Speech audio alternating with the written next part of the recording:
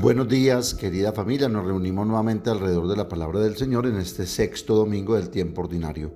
Nos reunimos en el nombre del Padre, y del Hijo, y del Espíritu Santo. Ven, Espíritu Santo, llena los corazones de tus fieles, enciende en ellos el fuego de tu amor, y renovarás la faz de la tierra. Espíritu Santo, ilumínanos y santifícanos. María, Madre de la Iglesia, ruega por nosotros. La primera lectura está tomada del libro del Eclesiástico, capítulo 15, versículos 15 al 20. Salmo 118. La segunda lectura está tomada de la primera carta de San Pablo a los Corintios, capítulo 2, versículos 6 al 10. Lectura del Santo Evangelio según San Mateo, capítulo 5, versículos 17 al 37. En aquel tiempo dijo Jesús a sus discípulos: No crean que he venido a abolir la ley y los profetas. No he venido a abolir, sino a dar plenitud. En verdad les digo que antes pasarán el cielo y la tierra, que deje de cumplirse hasta la última letra o tilde de la ley. El que se salte uno solo de los preceptos menos importantes y se los enseñe así a los hombres será el menos importante en el reino de los cielos. Pero quien los cumpla y enseñe será grande en el reino de los cielos. Porque les digo que si su justicia no es mayor que la de los escribas y fariseos, no entrarán en el reino de los cielos. Han oído que se dijo a los antiguos: no matarás, y el que mate será reo de juicio. Pero yo les digo: todo el que se deja llevar de la cólera contra su hermano será procesado. Y si uno llama a su hermano imbécil, tendrá que comparecer ante el Sanedrín. Y si lo llama necio, merece la condena de la gehenna del fuego. Por tanto, si cuando vas a presentar tu ofrenda sobre el altar, te acuerdas allí mismo de que tu hermano tiene quejas contra ti, deja allí tu ofrenda ante el altar y vete primero a reconciliarte con tu hermano y entonces vuelve a presentar tu ofrenda. Con el que te pone pleito, procura arreglártela enseguida, mientras van todavía de camino, no sea que te entregue al juez y el juez al guardia y te metan en la cárcel. En verdad te digo que no saldrás de allí hasta que hayas pagado el último céntimo. Han oído que se dijo: no cometerás adulterio, pero yo les digo: todo el que mira a una mujer deseándola ya ha cometido adulterio con ella en su corazón. Si tu ojo derecho te induce a pecar, sácatelo y tíralo. Más te vale perder un miembro que ser echado entero en la gehenna. Si tu mano derecha te induce a pecar, córtatela y tírala, porque más te vale perder un miembro que ir a parar entero en la gehenna. Se dijo: el que repudia a su mujer, que le dé acta de repudio. Pero yo les digo que si uno repudia a su mujer, no hablo de unión ilegítima, la induce a cometer adulterio, y el que se casa con la repudiada comete adulterio. También han oído que se dijo a los antiguos: no jurarás en falso, y cumplirás tus juramentos al Señor. Pero yo les digo que no juren en absoluto, ni por el cielo, que es el trono de Dios, ni por la tierra, que es estrado de sus pies, ni por Jerusalén, que es la ciudad del gran rey, ni jures por tu cabeza, pues no puedes volver blanco o negro un solo cabello. Que su hablar sea sí, sí, no, no. Lo que pasa de ahí viene del maligno. Palabra del Señor. El ideal religioso de los judíos devotos consistía en observar la ley, mediante la cual se cumplía la voluntad de Dios. Meditar y cumplir la ley era para el israelita su herencia, lámpara para sus pasos, su refugio, su paz. Jesús es la plenitud de la ley porque es la palabra definitiva del Padre. Hebreos 1:1. Pablo nos dice que quien ama al prójimo ha cumplido la ley entera y los profetas. El cumplimiento de la ley es el amor, dice Pablo en Romanos 13:8-10. Y es también en este sentido que Jesús es la plenitud de cada palabra que sale de la boca de Dios, porque tanto amó Dios al mundo que dio a su Hijo único, para que el mundo se salve por él. Juan 3:16-17. El cristiano es ante todo el discípulo de Jesús, no el que cumple la ley. Los fariseos estaban obsesionados con la aplicación literal y meticulosa de la ley, pero habían perdido por completo su espíritu. De ahí las palabras de Jesús: si su justicia no es mejor que la de los escribas y los fariseos, no entrarán en el reino de los cielos.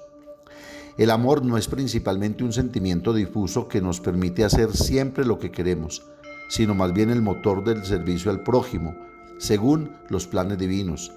Y por eso Jesús enumera 6 ejemplos de la vida cotidiana. Hoy veremos los 4 primeros en los que se manifiesta este amor concreto. reconciliarse con el prójimo, no dejarse llevar por la ira, no insultar a nadie, no cometer adulterio ni siquiera en el deseo, en el pensamiento, evitar el pecado, aunque se esté apegado a él como a su propio ojo o mano derecha, no divorciarse de un matrimonio válido. El contraste con los criterios que rigen el mundo actual no podría ser mayor. ¿Por qué valores apostarían los cristianos? Una vez más, nos consuela la afirmación de Cristo: el cielo y la tierra pasarán, pero mis palabras no pasarán. Si no son mejores que los escribas y fariseos, no entrarán en el reino de los cielos. Jesús también nos dirige esta palabra hoy a nosotros. La justicia que debemos trascender es la de la ley, la creencia de que solo haciendo ciertas cosas podemos ser rectos. La justicia que estamos llamados a no abolir, sino a cumplir, es la de pasar de la ley al corazón, a la fuente de todas nuestras acciones y decisiones. Sí, podemos hacer cosas, pero no estar en ellas.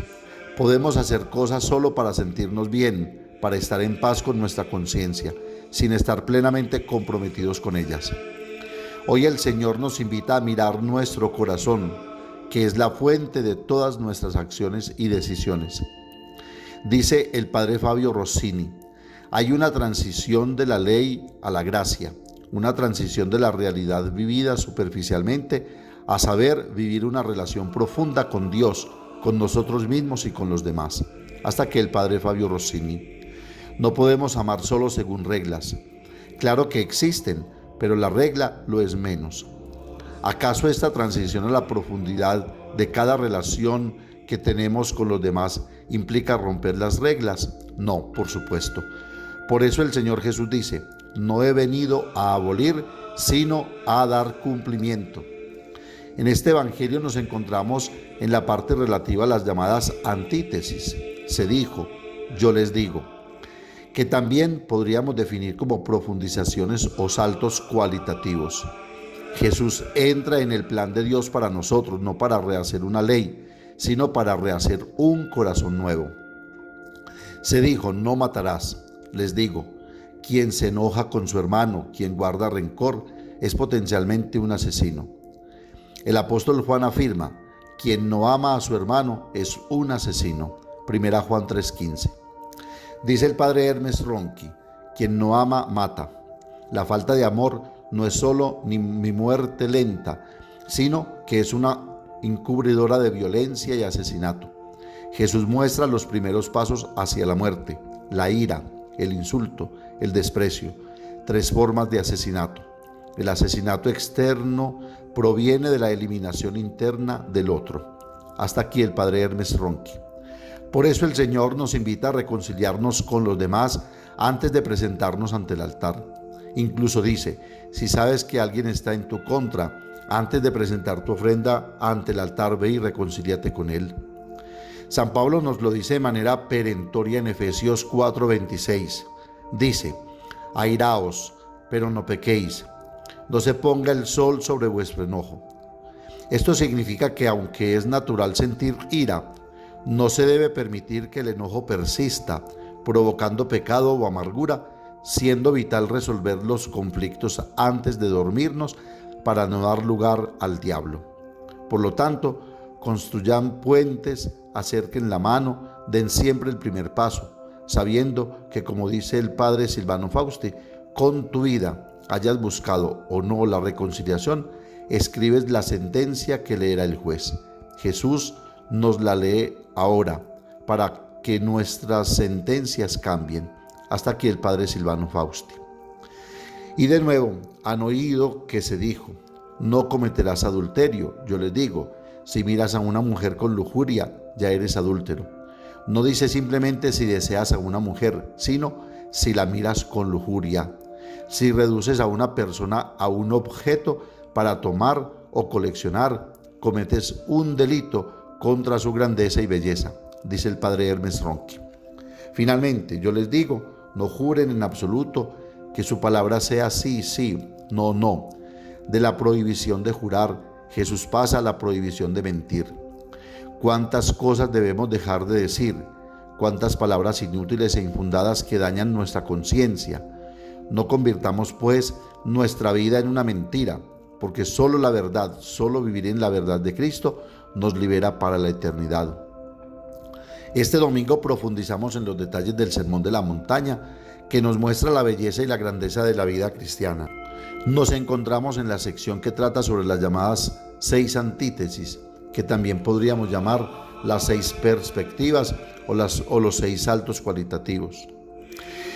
Primero, Jesús dice que no vino a abolir la ley y el Antiguo Testamento, que expresa la voluntad de Dios especialmente a través de los mandamientos, sino a cumplirla, viviéndola plenamente, revelando su verdadero centro, el amor. Jesús es el primero en cumplir toda justicia, es decir, la voluntad del Padre, amando a sus hermanos, y propone la justicia mayor, la del Evangelio, es decir, una relación justa con Dios, verdadera, profunda, no superficial ni legalista. Su postura, por tanto, no es contraria a la ley del Antiguo Testamento, sino a una interpretación reduccionista ofrecida por los escribas y fariseos, legalista y literal, según la cual, si el decálogo dice no matarás, basta con ceñirse a la letra de la petición, evitando el asesinato. Si el precepto exige no cometer adulterio, basta con no tener relaciones sexuales con otra persona casada. Jesús, sin embargo, en el auténtico espíritu de la profecía bíblica, rompe este patrón tan querido por muchos cristianos. Pero, ¿qué daño he hecho? No he matado a nadie, no he robado, no he engañado a mi esposa, etc. Así nos confesamos, redescubriendo el decálogo en su radicalidad. Uno no es justo solo en ciertos actos externos y en ciertos momentos del día, sino que siempre lo es, y totalmente dedicado al amor al prójimo, respetándolo y ayudándolo, dice el cardenal Gianfranco Ravasi. De hecho, Jesús devuelve los mandamientos a la raíz, que es el corazón. En última instancia, hoy el Evangelio nos invita a ser responsables de nosotros mismos, de nuestras decisiones. Jesús reprocha a los fariseos por usar la ley y su voluntad y buscando su propia ventaja. Nos pone en guardia de mirar solo la forma y no la sustancia del amor por Dios y por el prójimo.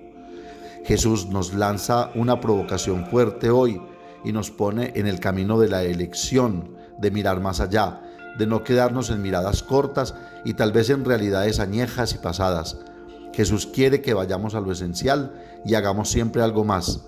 Debemos superar a aquellos que se vanaglorian de ser cumplidores del más mínimo precepto de la ley de Dios. Debemos superar el concepto de justicia según nuestra mirada para poder entrar en lo que para Dios es justicia, pues entrar en el reino de Dios significa entrar en la lógica de Dios.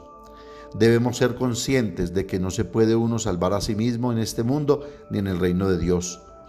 Superar la justicia de los maestros de la ley y de los fariseos es ser consciente de los propios límites como pecadores que somos y de la grandeza de Dios, que es siempre misericordioso, lento a la cólera y rico en piedad. El primer punto de confrontación es respecto a la vida y a la muerte, a la tentación de matar a alguien para obtener una ventaja o una ganancia. Matar a una persona física o moralmente es ponerse por encima de todo y de todos y creerse Dios, sustituir a Dios con sus propias elecciones.